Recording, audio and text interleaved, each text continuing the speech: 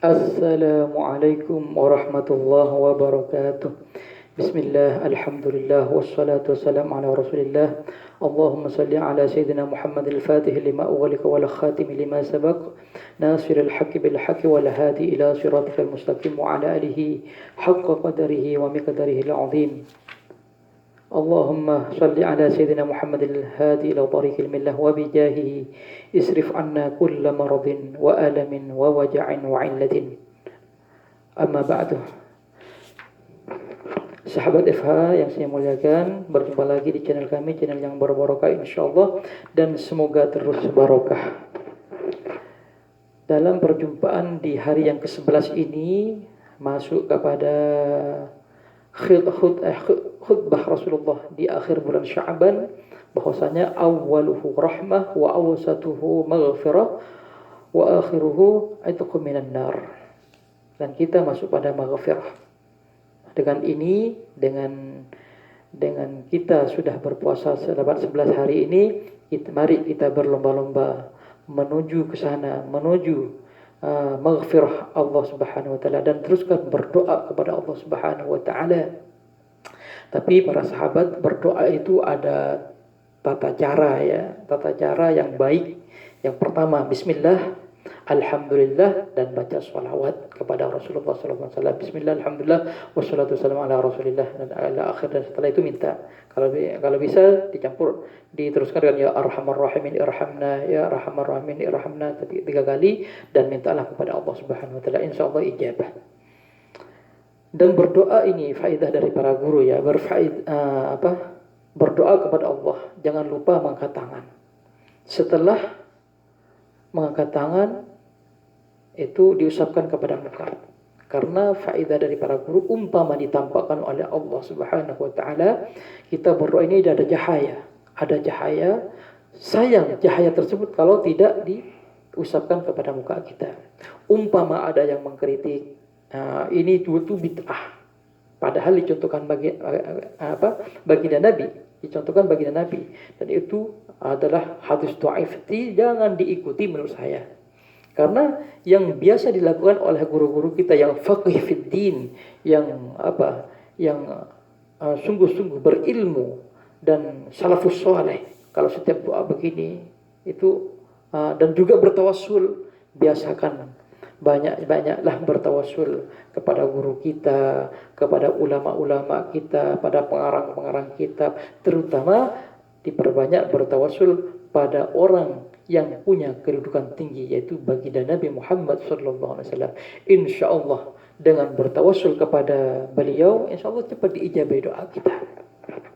Dalam firman Allah saja, para sahabat difirmankan oleh Allah, "Qul," katakan Muhammad, "in kuntum tuhibbunallah yuhibbukumullah wa yaghfir lakum dzunubakum wallahu ghafurur rahim." Qul in kuntum tuhibbunallah fattabi'uni. Dengan firman itu para sahabat sudah menunjukkan apabila kamu senang kepada Allah, fattabi'uni, maka ikutilah Rasulullah. Maka Allah senang dan Allah akan memaafkan semua dosa-dosa kalian semua. Adapun Allah, zat-Nya Allah Ghafur, dan Maha Pengampun dan Maha belas kasih sayang kepada semuanya.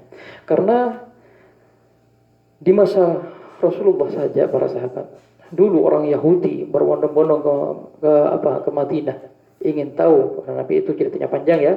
Tapi orang Yahudi saja, istighfarnya orang Yahudi atau la ilaha illallah, banyak mengatakan begitu, membaca itu bukan ratusan, bukan puluhan, ratusan, ribuan, bahkan jutaan. Tapi tidak melewati Nabi Muhammad, maka ditolak. Kasarnya begini, umpama mau kemana kamu? Berdoa kepadaku, umpama ini bahasa kasarnya. Mau kemana kamu baca sebanyak itu, tidak melewati kekasihku, maka ditolak oleh Allah Subhanahu wa taala. Maka dari itu diperbanyaklah berdoa, dan doa tersebut melalui baginda Nabi Muhammad SAW, yaitu bersalawat kepada Rasulullah. Yakni kita kalau pelajaran-pelajaran yang telah diajarkan oleh Para guru kita tidak lepas dari itu. Bismillah, alhamdulillah, wassalatu wassalamu ala rasulillah ila akhirih. Sahabat Eva yang saya muliakan, kita melanjutkan seputar Ramadan masih dalam bab apa? Di ru'yah ya. Langsung saja saya masuk kepada permasalahan ya dalam bab ru'yah. Umpama di akhir bulan Sya'ban ada orang yang bermimpi. Mimpi tersebut mimpi Rasulullah sallallahu alaihi wasallam. Barang siapa yang bermimpi Rasulullah adalah benar, karena syaitan tidak menyerupainya, siapapun saja orangnya. Umpama ini ada faedah lagi, umpama bermimpi Rasulullah, dalam mimpi itu menunjukkan itu Rasulullah, tapi wajahnya wajahnya kelihatannya gurunya. Maka kata beliau ya, saya waktu di hadapan beliau, ya, insya Allah guru kamu itu adalah wali kutub, katanya. Wallahu a'lam. Seperti itu.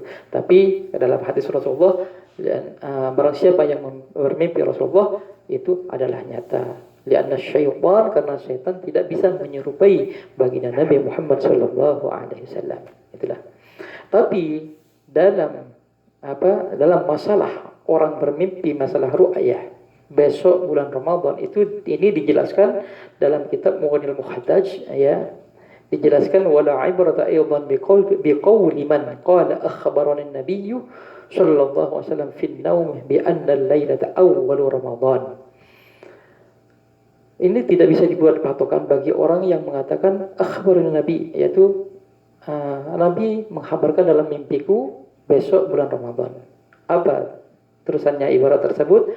Fala yasihhu shaumu bihi bil ijma', maka puasa tersebut tidak dianggap dan tidak sah puasanya dengan ijma' para ulama.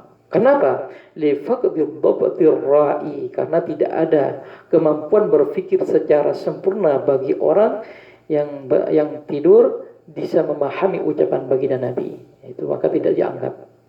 La lisyakki fi ru'yah, tidak ada keraguan dalam ru'yahnya, dalam mimpinya tidak ada. Iya, betul. Tidak ada keraguan, barang siapapun saja yang bermimpi bagi Nabi adalah benar dan nyata. Semoga kita semuanya bisa bermimpi Rasulullah sallallahu alaihi wasallam. Amin ya rabbal alamin. Sahabat, kita teruskan dalam permasalahan yang lain ya. Ini masih seputar ru'yah. Umpama kita dalam akhir bulan Sya'ban bepergian. Umpama langsung contoh kita dari Surabaya ke Kalimantan. Kita bepergiannya tanggal 29, kira-kira tanggal 29 Sya'ban. Setelah ke sana, setelah ke Kalimantan, sampai di Kalimantan, ternyata orang di sana sudah semuanya ada matlak. Ada matlak di sana, maksudnya ada matlak melihat bulan Ramadan, maka kita wajib ikut yang di sana. Itu pun kalau kita sampai sebelum subuh. Kalau sebelum subuh kita langsung berniat puasa. Kalau kita sampai di sana setelah subuh, dia turun dari pesawat langsung ini sudah subuh ini. Sedangkan di sini sudah puasa. Maka kewajiban kita apa? Kewajiban kita harus imsak, yaitu harus berpuasa juga secara lughatan, tapi wajib qadha ya. Tidak boleh makan dan minum dan lain-lain, tapi kita wajib qadha apabila kita mau bertempat tinggal sampai hari raya di Kalimantan. Dan ada lagi, umpama kita pergi ke Kalimantan ya, dan itu sudah tahu kita bahwasanya Ramadan.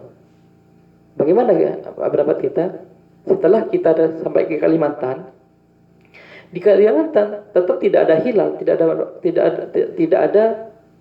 berpuasa. Nah, di sini berarti tidak ada matlak di Kalimantan. Maka itu ada perbedaan para ulama. Menurut Imam Ibnu Hajar radhiyallahu taala anhu, itu tetapkan kita berpuasa, ikut pada kita yang tahu mulai dari Surabaya. Menurut Imam Romli, kalau kita nyata di sana masih nggak ada matlak, tidak melihat bulan, maka menurut Imam Romli tidak berpuasa. Itu adalah para sahabat ya. Ini sudah melanjutkan besok aja biar tidak lama-lama. Mudah-mudahan kita tetap beristiqomah dan besok bisa tetap membagi wawasan ilmu agama seputar Ramadan bagian yang ke-12. Insyaallah semoga kita dan keluarga kita, guru-guru kita tetap diberi kesehatan oleh Allah Subhanahu wa taala, dan yang sudah meninggal, orang tua kita, guru-guru kita, semoga dimaafkan. Kita ini sekarang para sahabat sudah masuk pertengahan, itu masuk maghfirah ya, maghfirah.